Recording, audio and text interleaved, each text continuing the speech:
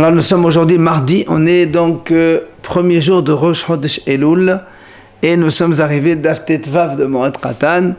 Nous sommes arrivés donc à la 8e ligne. Avel Hayav Ba'atifat Harosh. La Gemara nous enseigne donc un endeuillé Hayav Ba'atifat Harosh. Ba'atifat Harosh avant, et même aujourd'hui certains ils le font encore, c'est-à-dire quand il est Avel pendant les 7 jours de deuil, il recouvre un peu son visage jusqu'à la barbe, jusque donc en bas. Et donc ça s'appelle Atifat Harosh, ils enveloppent sa tête. Pourquoi? D'où on sait cela? La Gemara dit Medekam alera hamana li Hizkel velo ta'ate al sa femme. Mais qu'elle a déroulé alma mehayve. Puisque Hachem, il a dit à Hizkel justement de ne pas faire cela, quand il a perdu sa femme, Hachem a dit voilà, donc toi tu ne fais pas ça. S'il lui dit toi tu ne fais pas ça, machma que tout le monde doit le faire. Donc de là on apprend que le Havel Hayav donc de enlever, donc recouvrir son visage. Alors la Gemara elle pose des questions. Menoudé ma'oba tifat harosh. Donc à chaque fois maintenant la Gemara nous apporte le cas d'un endeuillé. Ensuite elle pose des questions sur le menoudé, donc celui qui a été excommunié, et le metzora et le lépreux, comme on a fait donc précédemment. Donc la Gemara elle pose des questions. Menoudé ma'oba tifat harosh. Est-ce que le menoudé aussi, celui qui a été excommunié, il doit aussi recouvrir son visage, oui ou non? Amar Rav Yosef.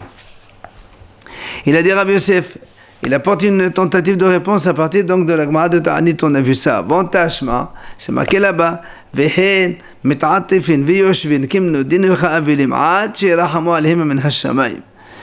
Il dit, c'est marqué là-bas dans Ta'anit, quand on a fini les séries des jeunes, donc 3 et 7, et après il pleut toujours pas, c'est marqué que là-bas, alors après, donc ils vont plus jeûner, mais les gens, ils doivent se recouvrir les cheveux, ils sont comme des excommuniés, et ils attendent la Hamishamaim, que Hachem ait pitié d'eux.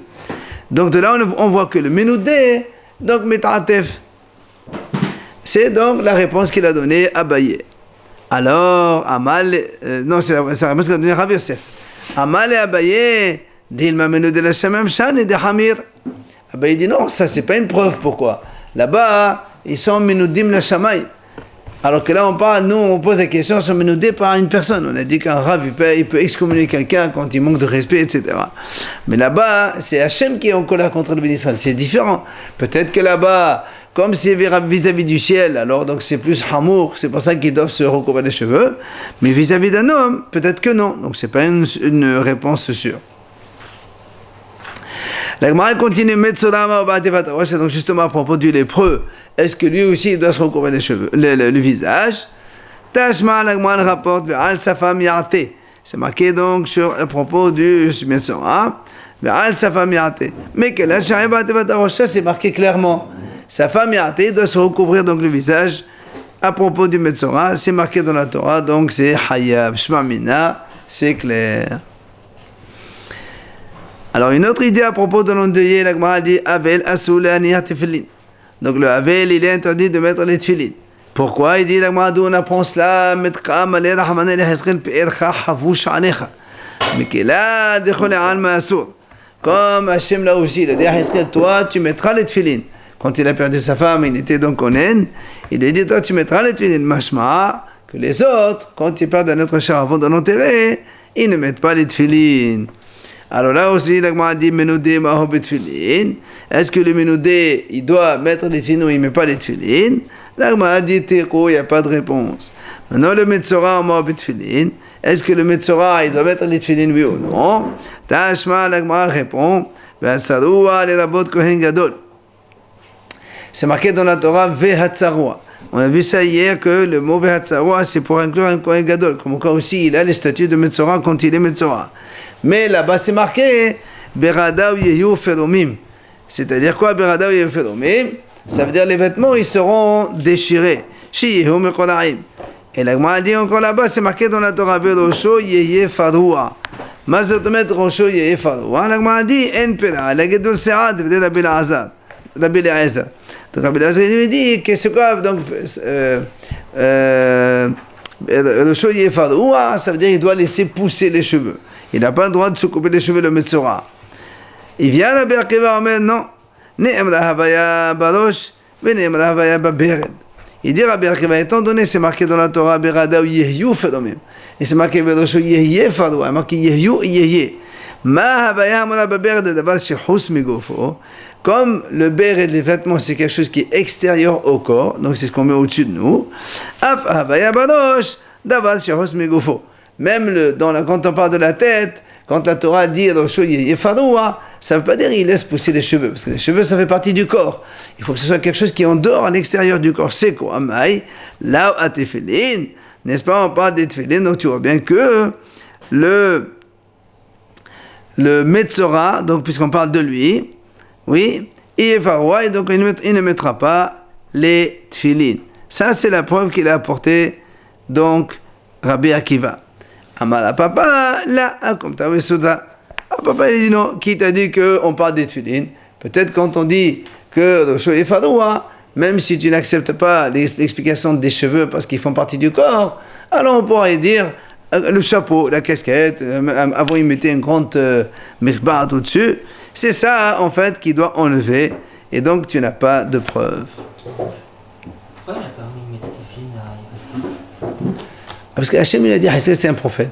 Et Hachem il a dit, donc, toi tu feras certains trucs du deuil et d'autres tu ne les fais pas. C'est tout. Après, la Gemara continue. On est dans la 4e grande ligne. Avel, Asoud, B'Shelat, Shalom. Donc le Avel, il n'a pas le droit donc de saluer les gens. Pourquoi? On apprend ça là aussi de Yehezkel, de Ha'anekdom. Hachem il a dit, Ha'anekdom, c'est-à-dire tu te tais, tu ne parles pas. Donc tu ne vas pas à saluer les gens. Là encore, la Gemara dit Menoudé Mao B'Shelat Shalom. Est-ce que le Menoudé il peut saluer, oui ou non? Amar Rav Yosef, il a dit Rav Yosef, il apporte donc là aussi donc ce qu'on a vu donc tout à l'heure à propos de Ta'anit. Quand on a fini toutes les séries de jeûnes et que la pluie n'est toujours pas tombée, c'est marqué là-bas dans Ta'anit Hashma. B'Shelat Shalom Sheben Adam LaHavado Ki Ben Adam Hanizofim LaMakom. Il dit là-bas, après la série des jeunes et qu'il ne pleuvait pas, les gens, et on a dit tout à l'heure qu'ils étaient comme le Menoudim la Shabbaïm, et ils ne doivent pas se saluer l'un l'autre. Donc tu apprends de là qu'un Menoudé, il ne peut pas saluer. Là encore, Amal et Abaye lui objecte, il dit non, pourquoi? C'est pas une vraie preuve, dit le Menoudé la Shamim Shane de Hamir. Là encore, il lui dit peut-être que là-bas, c'est parce qu'il est Menoudé la Shamaim. C'est pour ça que, comme Hachem il est en colère contre eux, alors il leur dit de ne pas se saluer, mais là, nous on parle de Menoudé à la personne. Qui t'a dit que c'est ça? Hein? Donc c'est pas une preuve. Et encore une fois, la Gemara pose la question à propos de Metzora. Metzora ma'hu b'shelat shalom. Est-ce que le Metzora, il salue ou il salue pas? Tashma, sa femme ya'ate shi Yosef totom de bakot zobazo shi kem le devecha avel ou yasso b'shelat shalom. Shma minna. La Gemara dit, comme c'est marqué dans la Torah, ve'al sa femme ya'ate. Hachamim m'explique c'est quoi ya'ate. Sa femme, c'est les lèvres. Les moustaches en fait. Mais la Gemara explique que sa femme ya'ate, ça veut dire que ses deux lèvres, elles doivent medou bakot, elles soient collées. Donc, il ne parle pas. Le Metzora, il doit être comme un Menoudé et comme un endeuillé. Donc, Asud b'shelat shalom. Donc, le Metzora, il ne peut pas saluer. Ça, c'est une preuve pour le Metzora. C'est pour ça que la Gemara dit, et alors, dans ces cas-là, puisque tu as dit, comme le Menoudé, alors alors voilà, tu as une preuve comme quoi le Menoudé aussi il ne peut pas saluer. Pourquoi tout à l'heure on a repoussé cette réponse? Il vient Rav Pinchas, il dit non, parce que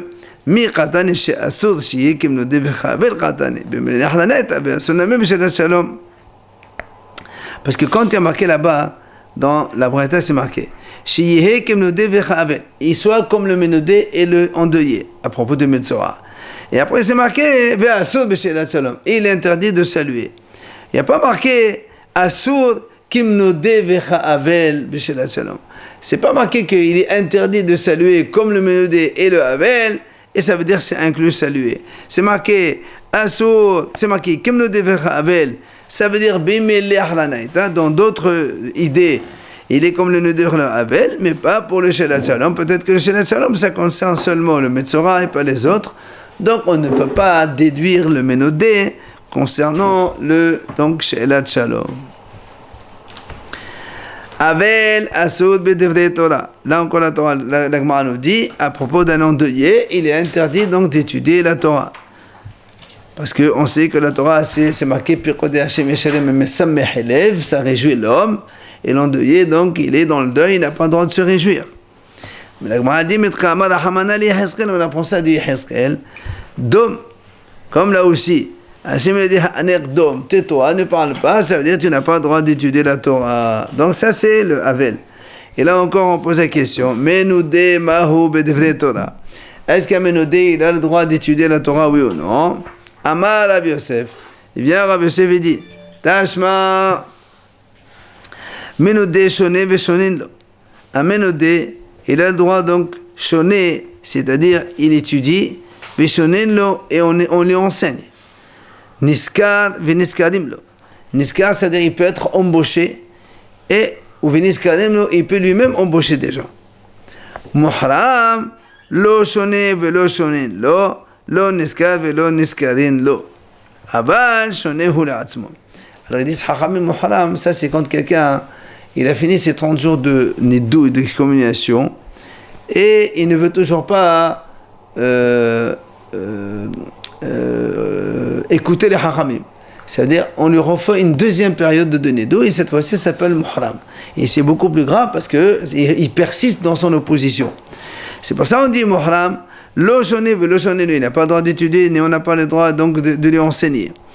Lo niskar, velo niskadim, il n'a pas le droit d'embaucher ni être embauché. Aval, shoné hula'atzmo. Il peut étudier seul.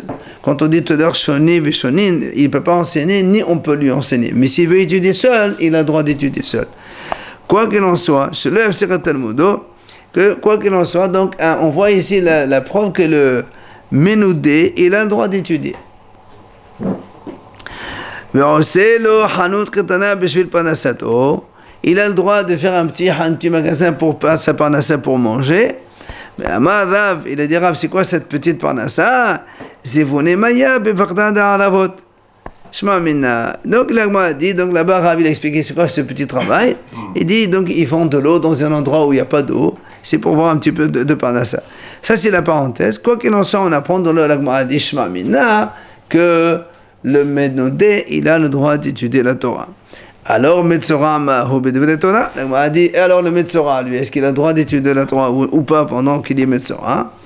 Tashma, l'agma rapporte une réponse. C'est marqué dans la Torah, Vehodatam levanecha ou levne vanecha.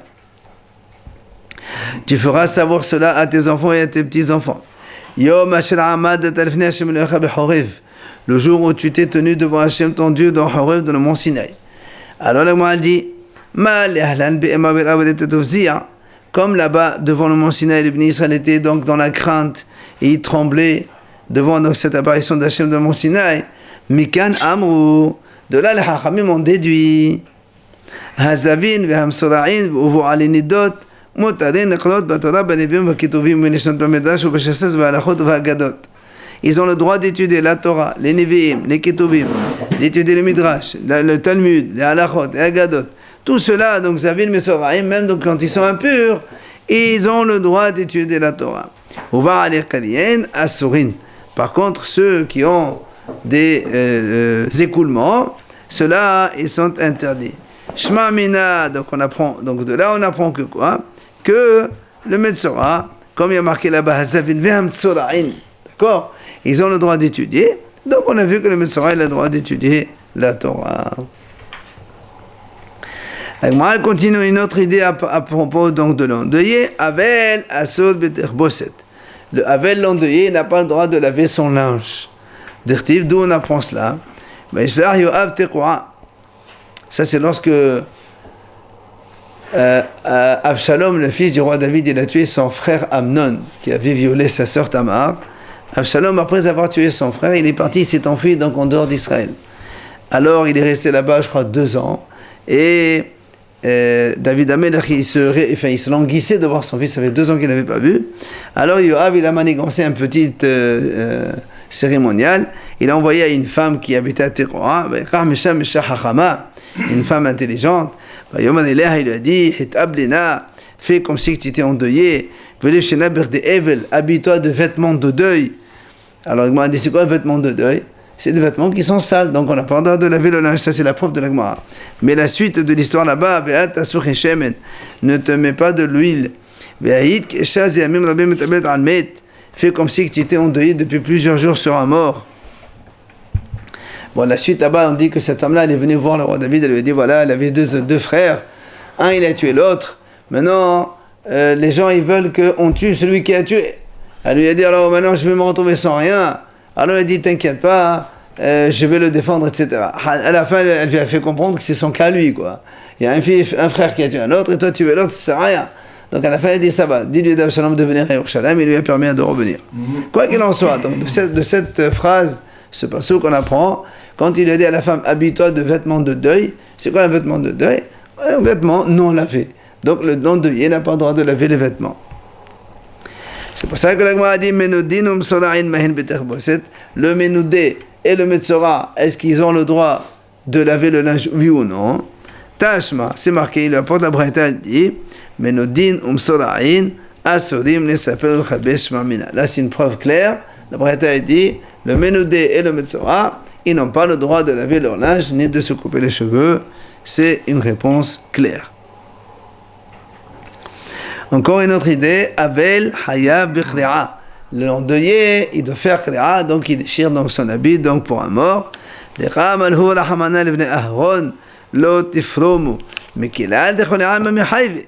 Puisque quand les enfants d'Aaron, Nadav et Avihu sont niftar, donc le jour de Bayom Hashim le Rosh Chodesh Nissan, l'inauguration du Mishkan, Hachem il a dit à Aaron, vous, toi et tes deux enfants, donc l'otifromo, vous ne déchirez pas vos habits. Ça veut dire quoi? Ça veut dire que vous avez un ordre spécial. Ça sous-entend que tout le monde doit déchirer ses habits. De là, on apprend que tout le monde, quand il y a un iftar, qui est proche donc, il doit faire kri'a.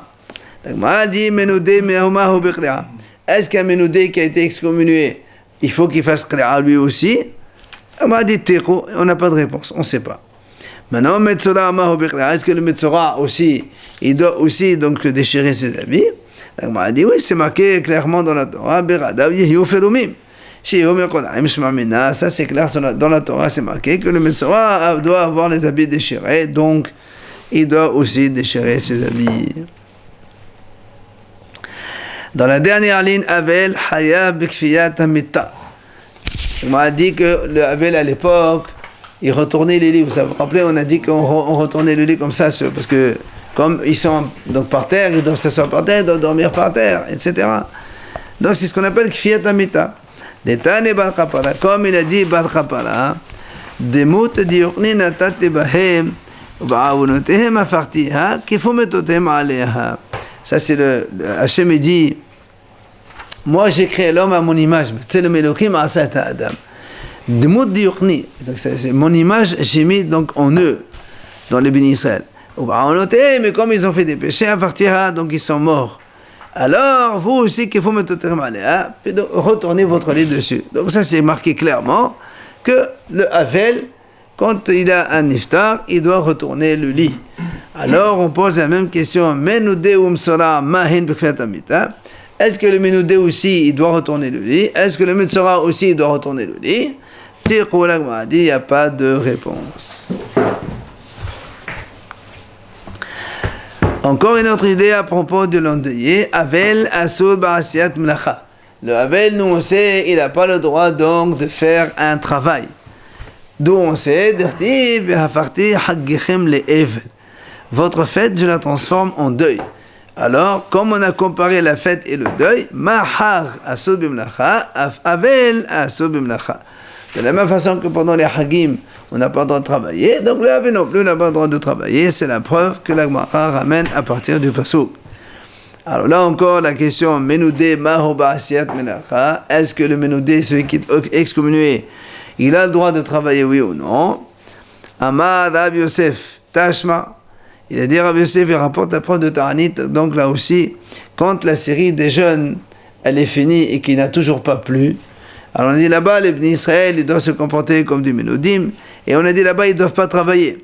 Alors le Gemara dit là-bas que chez Amra, donc à propos de ces, donc des gens, les habitants qui il a marqué, ils n'ont pas le droit de travailler. Le Amro la Bayom, Aval Balaïla Muta, C'est marqué que seulement le jour, ils n'ont pas le droit de travailler. Mais la nuit, ils peuvent travailler. Et c'est la même chose chez le Ménodé et chez le Havel. Donc tu vois bien que le Ménodé aussi, d'accord, le Ménodé aussi, il n'a pas le droit donc de travailler. Alors il m'a dit, Maïla Bakulhu, il m'a dit, la Ash'ara. Donc n'est-ce pas que quand on dit c'est la même chose dans le Ménodé que le Havel, donc dans tout ce qui concerne le Havel, le Ménodé aussi est concerné, et on apprend que c'est assaut de travailler. Il dit non, peut-être que le Ménodé on le compare avec le Havel pour les autres, mais pas pour le travail, donc ce n'est pas une preuve formelle. Tashma, c'est pour ça que le Gemara rapporte une autre preuve.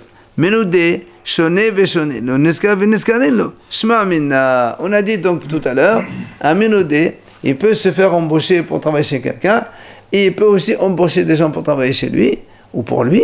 Donc, on voit clairement, c'est marqué que le Ménodé a le droit de travailler. C'est une bonne preuve. Maintenant, la question, est-ce que le lépreux, lui, il a le droit de travailler, oui ou non? Il n'y a pas de réponse. On a envie de travailler la nuit? Non. Non, là-bas, c'était pour les gens de Ta'anit, c'est pareil. Avel Asoud Birhissa. Le Havel, il est interdit donc de se laver pendant les 7 jours. Comme on a vu donc l'exemple de la femme que Yoav il a fait appeler, il a dit ne te mets un peu d'huile, et nous on sait que Sikha et Hessa c'est la même chose, donc on n'a pas le droit de se laver non plus. Alors là aussi l'Agma a dit Ménodé Mahobel Hessa, est-ce que le Ménodé il peut se laver oui ou non? Amar Rav Yosef il amène toujours cette preuve de Ta'anit, Tashma, כשאמנו לעשות בחיסה, לא אמנו אלא כל גופו.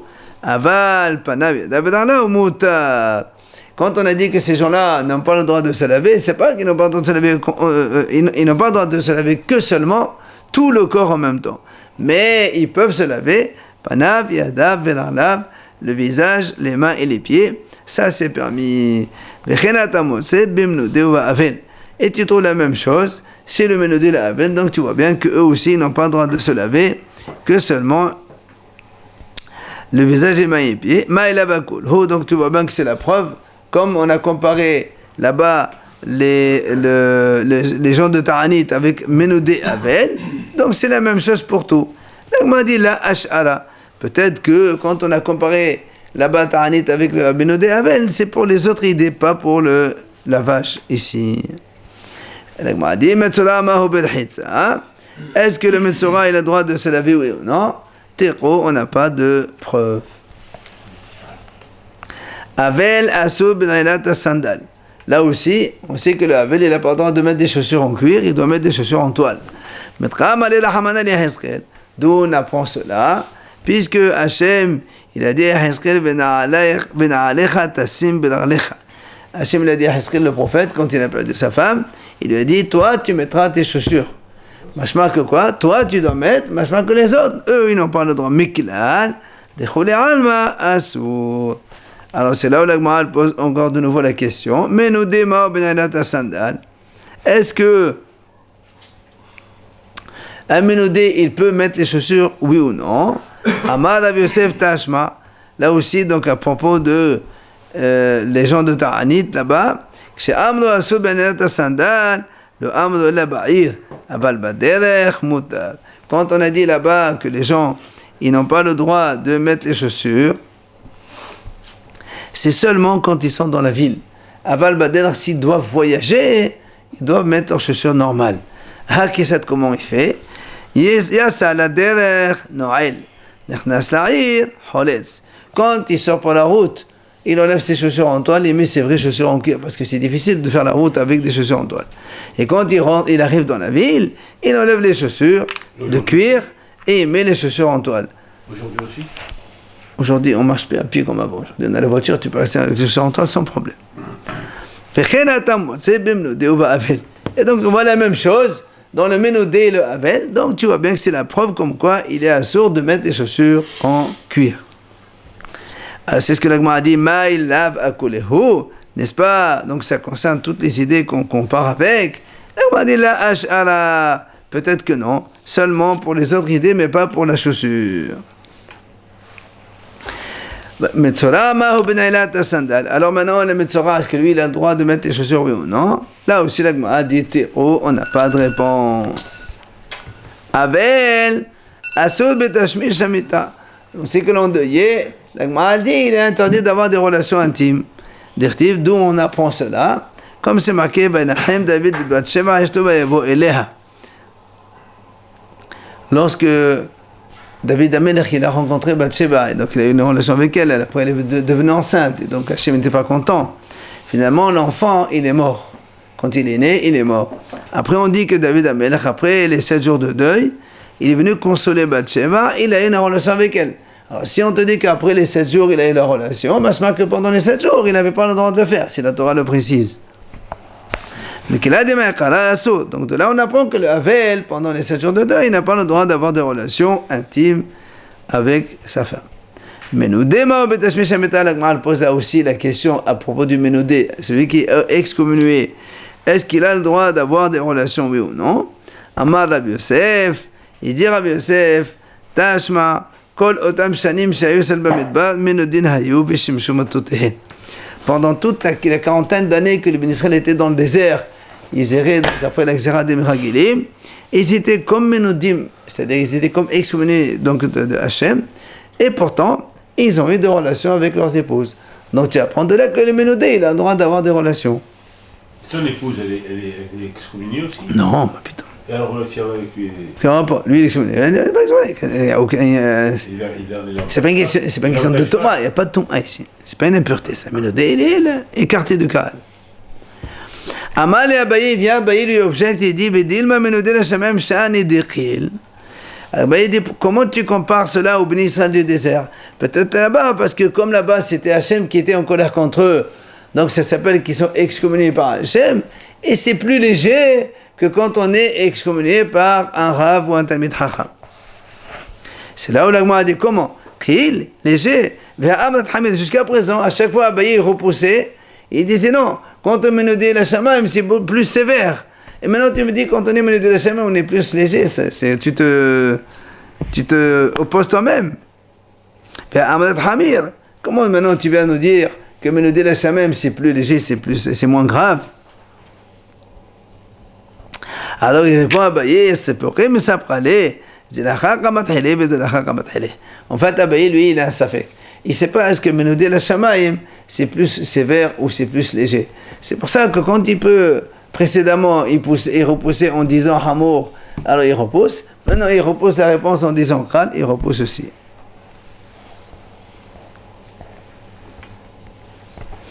Alors, l'Agma, là aussi, elle pose des questions. Metzora, Mahu, Betashmeshamita. Est-ce que le Metzora, lui, il a le droit d'avoir des relations?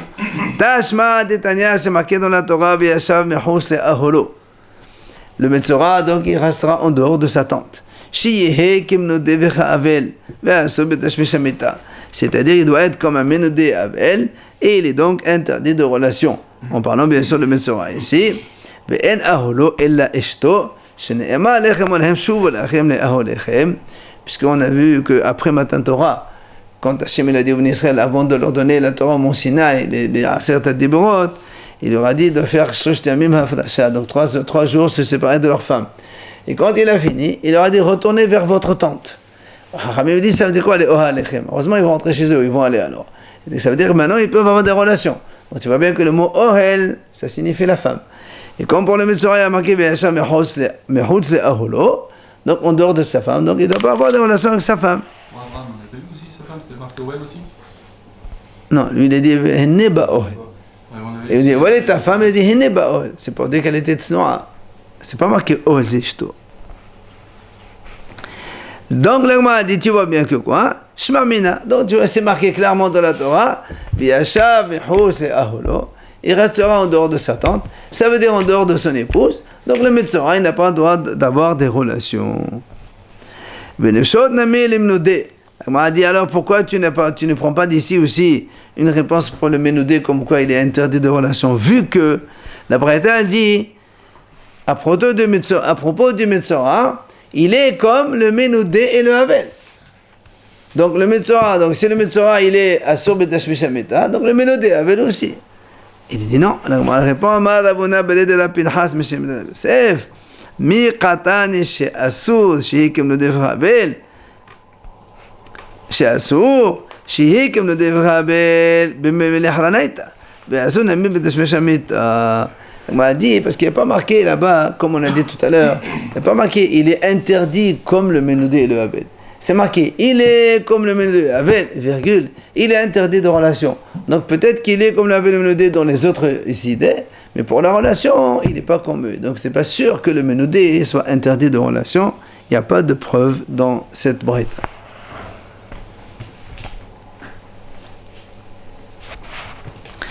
Après, la Gemara nous enseigne Havel et non Meshaleach Kol Benotav. Le Havel, il n'a pas le droit d'envoyer un korban au Beth Amikdash. Comment tu sais ça? Détania, Rabbi Shimon Omer. Rabbi Shimon dit Shlamim. Pourquoi on les appelle Shlamim, le korban Shlamim? Bezman Shehu Shalem, velo Bezman Shehu Onen. C'est-à-dire qu'il faut que l'homme, quand il envoie ce korban, il doit être ce qu'on appelle Shalem. Shalem, ça veut dire entier. Entier, ça veut dire, c'est ça, Bedato, Rachidish, ça veut dire qu'il est dans sa tête, il est tranquille. Or le Havel, lui, quand il est en deuil, le pauvre, il n'est pas tranquille dans sa tête, il est préoccupé par son deuil, donc il ne peut pas envoyer un korban quand il est Havel. Velo, Bisman, Shehu Onen, ni quand il est Onen non plus, il n'a pas encore enterré son mort, il ne peut pas envoyer son korban. Ça c'est donc le Havel. Maintenant, la Gemara dit Ménoudé Mahoshi Shachol Benotav.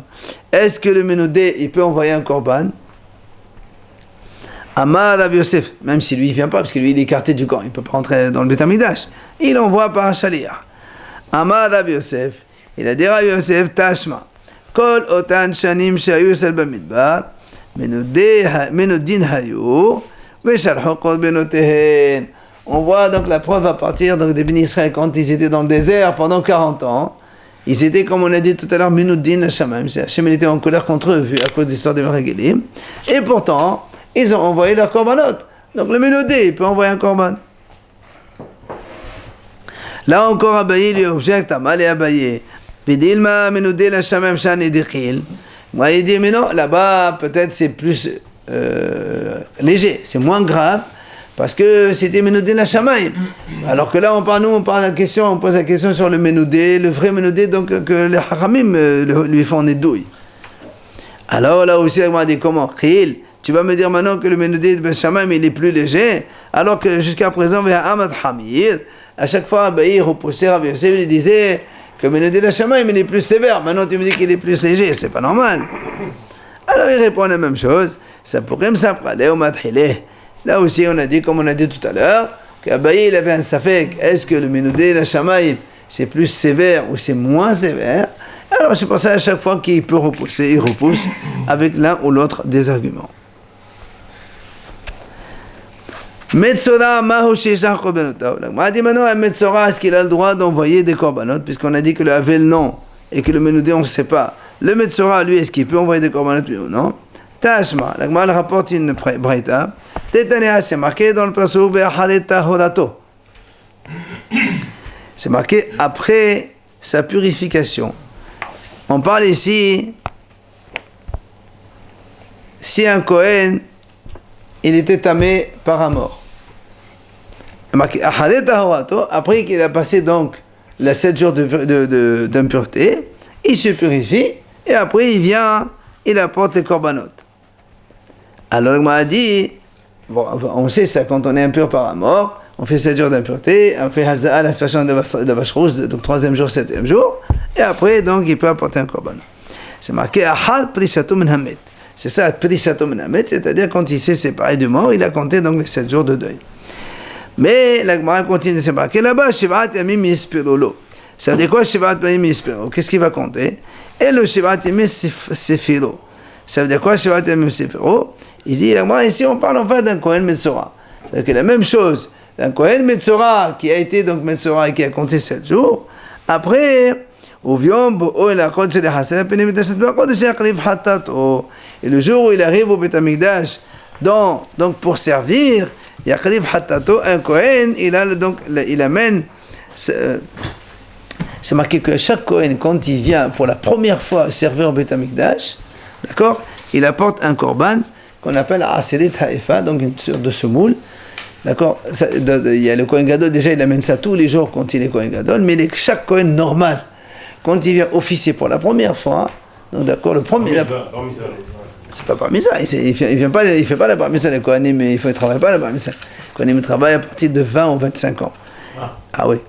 D'abord ils apprennent, après ils viennent travailler.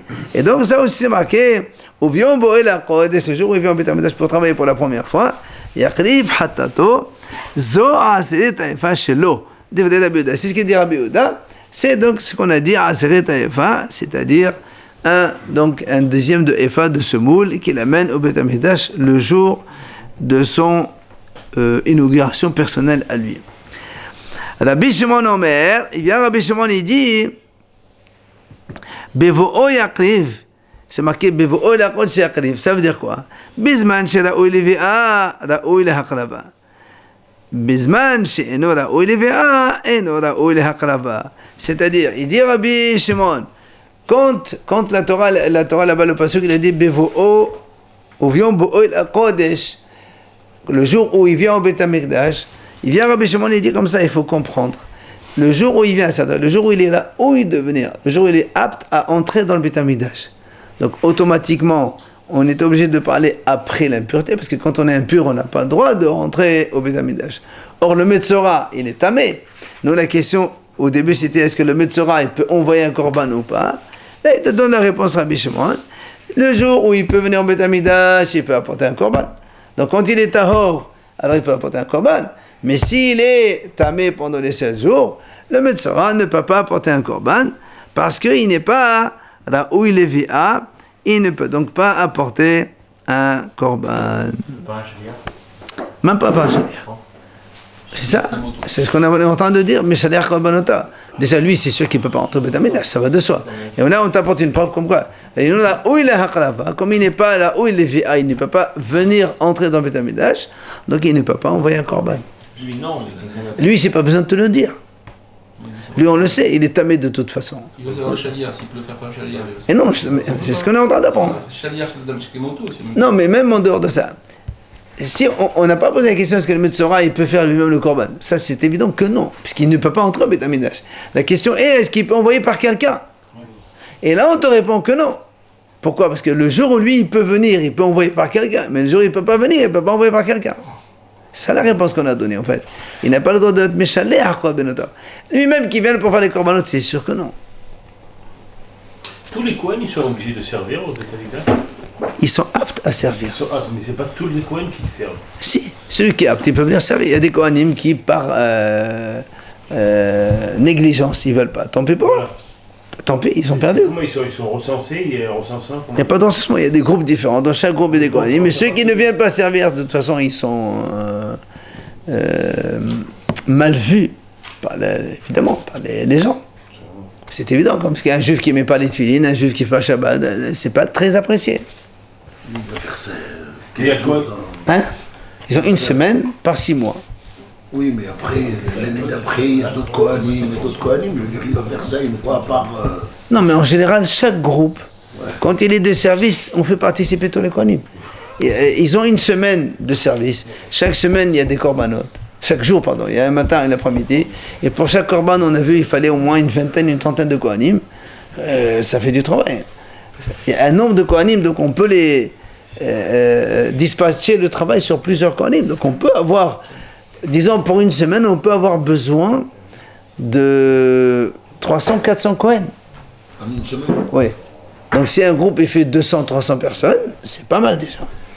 Donc tout le monde participe. 200-300 personnes. Bien sûr. Donc en une année, il y a Alors, 1500 on ne sait pas nous combien, dans chaque groupe, combien de Kohanim. Il peut y avoir un groupe avec 50 Kohanim.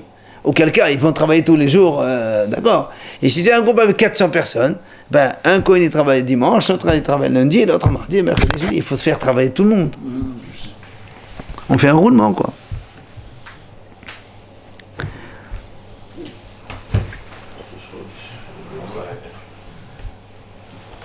Bon, là, je crois qu'on va essayer d'arrêter là parce qu'on passe à un autre sujet complètement différent. On va parler de nidouille, de comment les bédines ont le droit d'excommunier les gens, de quelle façon, comment on fait, comment on enlève le nidouille. Donc toute une autre histoire qui va commencer après.